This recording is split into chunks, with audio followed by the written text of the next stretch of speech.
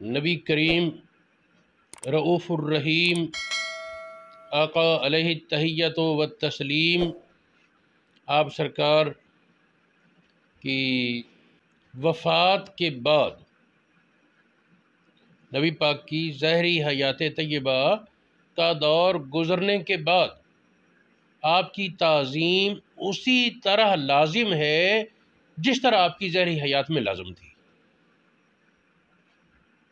جس طرح نبی پاک علیہ السلام کی تعظیم آپ کی ظاہری حیات طیبہ میں لازم تھی، بین ہی اسی طرح آپ کے وصال کے بعد بھی آپ کی تعظیم بجا لانا وہ ضروری ہے، اور اس کے بغیر ایمان کی درستگی ہرگز نہیں۔ اس مسئلہ میں سب سے پہلے قرآن پاک کی ایک آیت سے میں استدلال پیش کرتا ہوں۔ یہ سورہ احزاب آیت نمبر 53، اس میں ارشاد فرمایا وَمَا كَانَ لَكُمْ أَن تُؤْذُوا رَسُولَ اللَّهِ، تمہارے لیے یہ حق ہرگز نہیں کہ تم رسول اللہ کو تکلیف دو، وَلَا أَن تَنكِحُوا أَزْوَاجَهُ مِن بَعْدِهِ أَبَدًا، اور نہ اس بات کا حق ہے کہ آپ کے بعد کبھی بھی آپ کی بیویوں سے نکاح۔ اب یہ جو ہے بعد میں بھی نکاح کا منع ہونا اور اس میں ابداً کی قید، یہ مجھے اس طرح سمجھ آتا ہے کہ اس ابداً کا تعلق وہ لان تنکیحو سے تو ہے، توزو سے بھی ہے۔ ما کان لکم ان توزو رسول اللہ، یہ جملہ ہے۔ دوسرا ہے ولا ان تنکیحو ازواجہ من بعدہ، اس کے بعد ابدا۔ مجھے یہ سمجھ آتا ہے کہ ابدا کا تعلق وہ نبی پاک کی ازواج والے جملے سے بھی ہے اور ازیکت والے جملے سے بھی ہے۔ اور پھر اگر علت دیکھیں ازواج سے نکاح میں منع کی تو اس میں بھی بہت سارے علماء کے مطابق یہی علت آئے گی کہ آپ کو اذیت دینا منع ہے۔ یہ سورہ احزاب آیت نمبر 53 ہے۔ یہ ابتدا میں ایک بات حوالہ ہو گیا۔ حضرت عمر فاروق رضی اللہ تعالی عنہ، آپ نے مسجد نبوی شریف میں دو آدمیوں کو بلند آواز میں باتیں کرتے دیکھا۔ حضرت عمر نے خادم بھیج کر انہیں بلوایا اور فرمایا کہاں سے ہو؟ انہوں نے بتایا جی ہم طائف کے علاقے سے ہیں۔ حضرت عمر نے فرمایا کہ اگر تم اہل مدینہ ہوتے تو میں تمہیں سزا لگاتا کہ رسول اللہ صلی اللہ علیہ وسلم کی مسجد میں بلند آواز سے بول رہے ہو۔ صرف مسجد نہیں کہا، رسول اللہ کی مسجد میں۔ باقی یہ جو دیہاتی جانکار ان کو عربی جانکار کہ مزاج شناس نہیں، اس وجہ سے لحاظ کر لیا، لیکن اصل مسئلہ تو ثابت ہوا نا کہ نبی پاک کے وصال کے بعد ادب اسی طرح لازم۔ بلکہ سیدنا ابو بکر صدیق رضی اللہ تعالیٰ عنہ، یہ حضرت عمر والی جو روایت ہے یہ بخاری شریف میں اور دیگر حدیث کی کتابوں میں موجود ہے۔ ابو بکر صدیق رضی اللہ تعالیٰ عنہ نے ارشاد فرمایا لا ينبغي رفع الصوت علی نبی حیا ولا میتا، نبی پاک کے زندگی میں بھی اور وصال کے بعد بھی آپ کی بارگاہ میں بلند آواز سے بولنا جائز نہیں۔ اس سے بھی سمجھ آیا کہ وفات کے بعد بھی ادب اسی طرح ہے جس طرح حیات ظاہری میں تھا۔ بلکہ ام المومنین حضرت عائشہ صدیقہ رضی اللہ تعالی عنہ، آپ کے متعلق کئی معتمد کتابوں میں موجود ہے، ام المومنین آواز سنتی مدینہ شریف کے مسجد نبی کی ارد گرد کے گھرانوں میں سے آواز سنتی کیل کے دیوار میں لگانے کی، تو ام المومنین پیغام بھیجتی، کیا کہتی؟ لا تؤذوا رسول اللہ صلی اللہ علیہ وسلم، تم اس طرح کیل لگا کر شور کرتے ہو، نبی پاک کو اذیت پہنچتی ہے۔ یہ مواہب اللدنیہ میں اور اس کی شرح زرقانی میں، خلاصۃ الوفا میں اور کئی معتبر کتابوں میں موجود ہے۔ روی عن عائشہ، ام المومنین عائشہ صدیقہ سے روایت ہے انہا کانت تسمع صوت الوتد، کیل لگنے کی آواز سنتی، یوتد والمسمار یضرب فی بعض الدور المطیفہ، مسجد نبی کے ارد گرد والے مکانوں میں کہیں اگر کیل ٹھونکا جاتا، فترسل الیہ، ام المومنین پیغام بھیجتی لا تؤذوا رسول اللہ صلی اللہ علیہ وسلم، تمہارے اس کیل لگانے کی آواز سے نبی پاک کو اذیت ہوتی۔ بلکہ دیکھیں سیدنا علی مرتضیٰ شیر خدا کرم اللہ وجہ الکریم نے اپنی دروازے کی چوکھٹ درست کرانی تھی، دروازے کا چوکھٹا ٹھیک کرانا تھا، تو شہر میں نہیں بلکہ کچھ فاصلے پر ایک جگہ مناسے کے نام سے ہے یا مسانے، زیادہ روایات میں مناسے ہے، بعض میں مسانے لکھا ہوا ہے۔ اس مقام پر حضرت علی نے اپنے دروازے کی وہ چوکھٹیں وغیرہ ٹھیک کرائیں، کیوں؟ اسی سے بچنے کے لیے کہ نبی پاک کی بے ادبی نہ ہو، شور نہ ہو مسجد میں۔ بلکہ حضرت امام مالک رضی اللہ تعالی عنہ، امام دار الحجرت، امام مالک، آپ فرماتے ہیں یہ خلیفہ عباسی کے ساتھ آپ کی گفتگو ہوئی۔ عباسی خلیفہ کہنے لگا یہ سوال تھا کہ نبی پاک کے روضہ اقدس کی طرف منہ کر کے دعا مانگوں یا کعبے کی طرف منہ کر کے دعا مانگوں؟ تو امام مالک نے فرمایا کہ وہ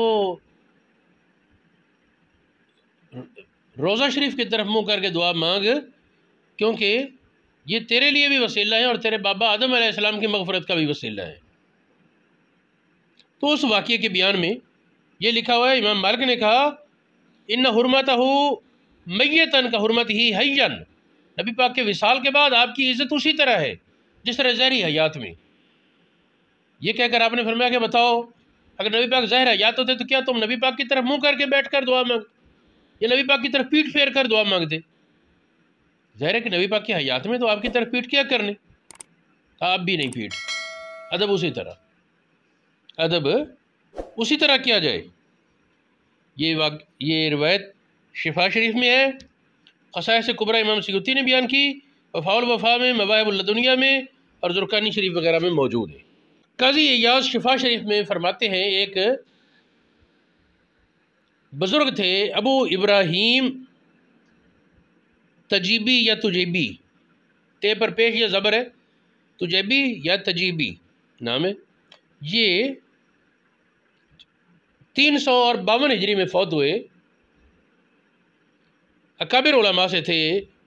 انہوں نے کہا واجب علی کل مومن، ہر ایماندار پر واجب ہے۔ کون سا ایماندار؟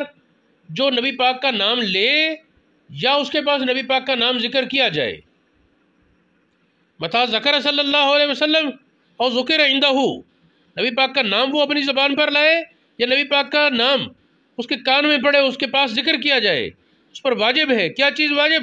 ان یخضع، یہ کہ عاجزی کرے، و یخشع، خشوع کا انداز اپنائے، و یتوکر، اور وقار کے ساتھ وقار پیش کرے، وقار کے لیے اپنی حرکت سے ساکن ہو جائے، جس طرح صحابہ کرام کا آتا ہے نا کہ نبی پاک کی مجلس بے حس و حرکت، یوں بیٹھے ہوتے جس طرح کوئی پرندے بیٹھے ہیں سروں پر، تھوڑی سی حرکت کی پرندے اڑ جائیں گے، اور شور بالکل نہ ہوتا، صرف سانس کی آواز ہوتی، اس کے بغیر کوئی آواز نہ ہوتی۔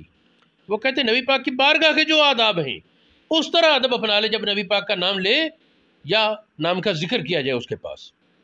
فرماتے ہیں یذکر من حرکت ہی، حرکت سے سکون میں آ جائے، یا خذ من ہیبت ہی و اجلال ہی، نبی پاک کی ہیبت اور تعظیم سے وہ طریقہ بجا لائے کہ اگر نبی پاک سامنے ہوتے تو جو کرتا، جیسے نبی پاک سامنے ہوتے کتنے ادب تعظیم اور محبت سے پیش آتا، نبی پاک کا نام سن کر اس طرح ادب تعظیم اور محبت کا رویہ اپنائے۔ بما کان یاخذ به نفسه لو کان بین یدیہ یتادب بما ادبنا اللہ به، اللہ پاک نے جو ادب سکھایا اس کے مطابق ادب اپنائے اور پورا خیال کرے کہ نبی پاک علیہ السلام کے سامنے ہوتا تو کیا کرتا، اب اس کے مطابق ادب۔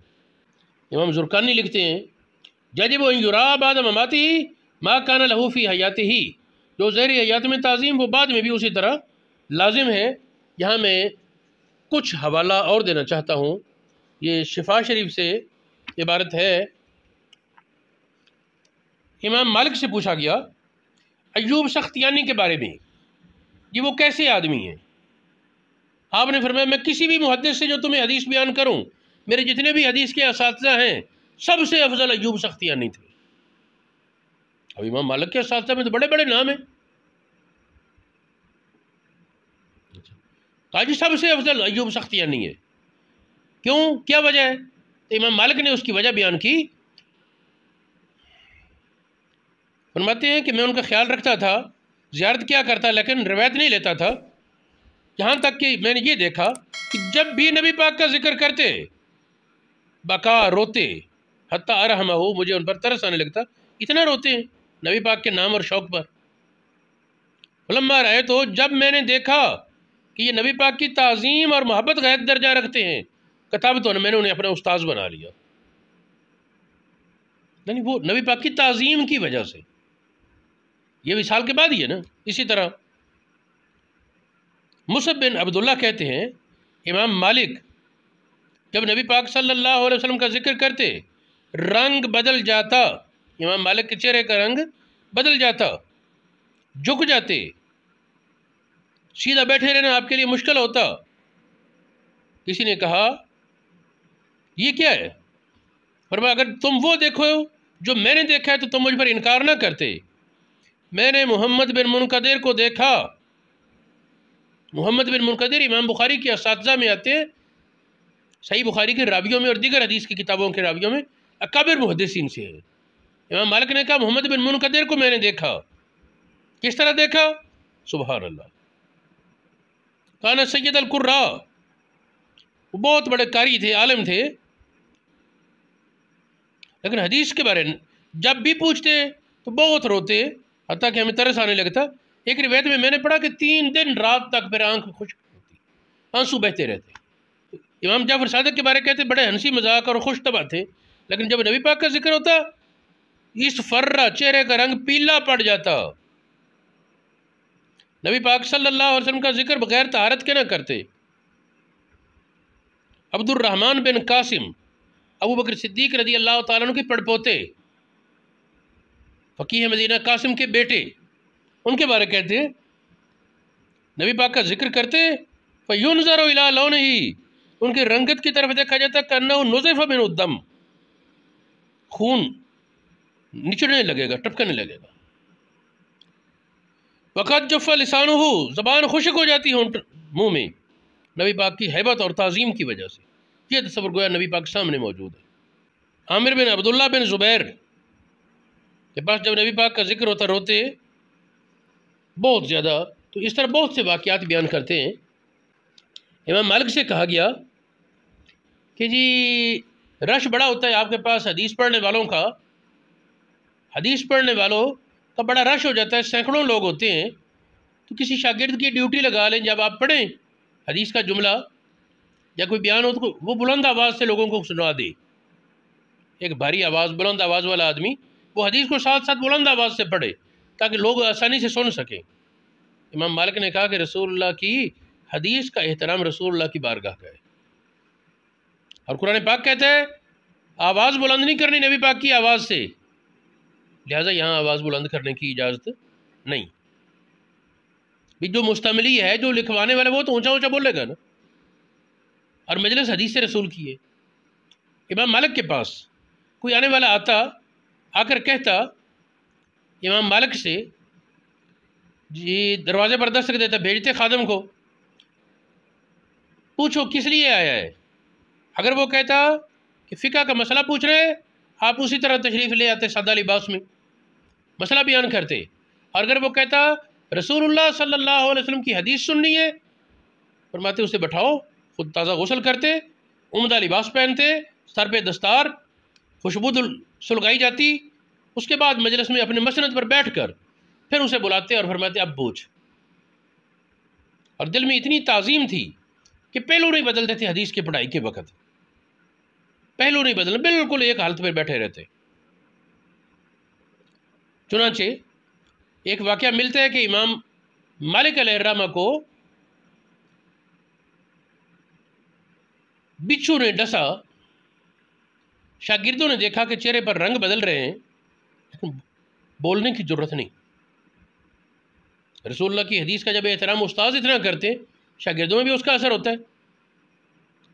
جب سبق سے فارغ ہوئے خادم کو فرمایا کہ بیٹا ادھر آؤ، دیکھو میری کمر پر کیا ہے، کپڑا اوپر کر کے دیکھا تو بچھو موٹا سر 16 جگہ اس نے ڈنگا ہوا ہے. خادم نے کہا آپ جی پہلے کہہ دیتے اتنا زیادہ. فرمایا کہ نبی پاک کی حدیث کے ادب کی وجہ سے میں نے حرکت نہیں کی. میں نے سمجھا اگر نبی پاک کے سامنے ہوتا تو یہ چیز بیچتی تو میں ہرگز حرکت نہ کرتا. تو حدیث کی اسی طرح قدر، اسی طرح وقار اور تعظیم. ابن مسعود رضی اللہ تعالی عنہ کے بارے میں یہاں روایت ذکر ہے عبداللہ ابن مسعود رضی اللہ تعالیٰ عنہ کے پاس عمر بن میمون کہتے ہیں 1 سال میں ان کے پاس آتا جاتا رہا تو کبھی نہیں سنا انہوں نے نبی پاک کا ذکر کیا ہو، حدیث بیان کی ہو۔ ایک دن ان کی زبان سے نکلا قال رسول اللہ صلی اللہ علیہ وسلم حدیث، اور پھر ان کے چہرے کی رنگت اڑ گئی۔ کیا ہوا؟ فرماتے ہیں 1 سال تک میں ان کے پاس آتا جاتا رہا، ما سمعت یقول قال رسول اللہ، کبھی نہیں سنا نبی پاک کے حدیث بیان کی ہو۔ ایک دن حدیث بیان کی، فجرا علی لسانی، زبان پر یہ لفظ جاری ہو گئے، قال رسول اللہ صلی اللہ علیہ وسلم ثم علی کرب، پھر ان پر عجیب کیفیت طاری ہو گئی، حتی رأیت العرق یتحدر عن جبہتہ، میں نے دیکھا پسینہ ماتھے سے قطرے بن کر گر رہا ہے۔ یہ اسے احساس سے کہ نبی پاک علیہ السلام کا ذکر زبان پر، 1000 بار بشویم دہن بمشک و گلاب، 1000 بار میں اپنے منہ کو کستوری اور خوشبویات کے ساتھ دھوؤں تب بھی میرا منہ اس لائق نہیں کہ ان کا ذکر جمیل کر سکے، ہنوز نام تو گفتن کمال بے ادبیست۔ ابن مسعود رضی اللہ تعالیٰ عنہ کی اسی حدیث میں آگے چل کر ایک روایت میں آنکھوں میں آنسو آ گئے اور گردن کی رگیں پھول گئیں، چہرے کا رنگ مٹیالہ سا ہو گیا، پریشانی۔ یہ کیا ہے؟ یہ تعظیم حضور علیہ السلام کی آپ کے وصال کے بعد بھی۔ اچھا، جس طرح زندگی میں تعظیم اسی طرح بعد میں۔ اس پر ایک روایت اور سامنے آئی، ایک روایت تو مشہور ہے کہ کافر نے جب حدیبیہ کے مقام پر آیا، دیکھا، واپس جا کر بتایا کہ محمد کی تعظیم ان کے صحابہ جس قدر کرتے اس قدر اور کسی کے ساتھی نہیں کرتے۔ میں نے روم اور بڑے بڑے بادشاہوں کے دربار دیکھے، ایسا منظر کہیں نہیں دیکھا، اور اس میں یہ ہے کہ حضرت صحابہ کرام کے بارے میں اس نے یہ کہا کہ محمد کریم اگر لعاب پھینکتے تو وہ زمین پر نہیں گرنے دیتے، وضو کرتے ہیں تو وضو کا پانی زمین پر نہیں گرتا، ہاتھوں ہاتھ لے لیتے ہیں۔ یہ تعظیم نبی پاک کی صحابہ کرتے تھے۔ ایک اور حدیث ہے، کانا اصحاب رسول اللہ صلی اللہ علیہ وسلم یکرہون بابہ بالاظافیر، نبی پاک کے دروازے اقدس کو صحابہ دستک دینی ہوتی تو ناخنوں کے ساتھ، زور سے نہیں، بے ادبی ہو جائے گی۔ قرآن پاک میں ہے کہ جو لوگ آپ کو گھروں کے باہر سے آوازیں دیتے ہیں وہ بے عقل ہیں، آپ کا مقام نہیں سمجھتے۔ صحابہ تو مزاج شناس اور مقام شناس تھے، اور نبی پاک صلی اللہ علیہ وسلم کے مقام کے شناسائی میں حقیقت یہ ہے کہ جس قدر تعظیم کر سکے کرے، اور آخر میں یہ اعتراف کرنا ہوگا کہ کما حق ہو تعظیم بجا لانا ممکن نہیں، ہاں شرک نہیں کرنا، شرک نہیں کرنا، لیکن یہ کہنا کہ یہ حد ہے تو یہ حد تو ان کا رب بھی جانتا ہے کیا ہے۔ کوئی دوسرا کون ہوتا ہے نبی پاک کی حد بتانے والا؟ ہاں، جس میں شریعت کہے کہ یہ شرک ہے وہ نہیں، اور جہاں شریعت کا تقاضا شرک کا حکم نہیں تو وہاں پھر شرک نہیں۔ ایک حدیث پاک میں امام بخاری نے بیان کی یہی حدیث، حضرت انس سے پہلی روایت وہ مغیرہ بن شعبہ سے تھی۔ حضرت انس سے جو روایت ہے اس کے الفاظ ہیں، ان ابواب النبی صلی اللہ علیہ وسلم کانت تقرأ بالاظافیر، معنی اس کا بھی وہی ہے، ناخنوں سے دستک دی جاتی۔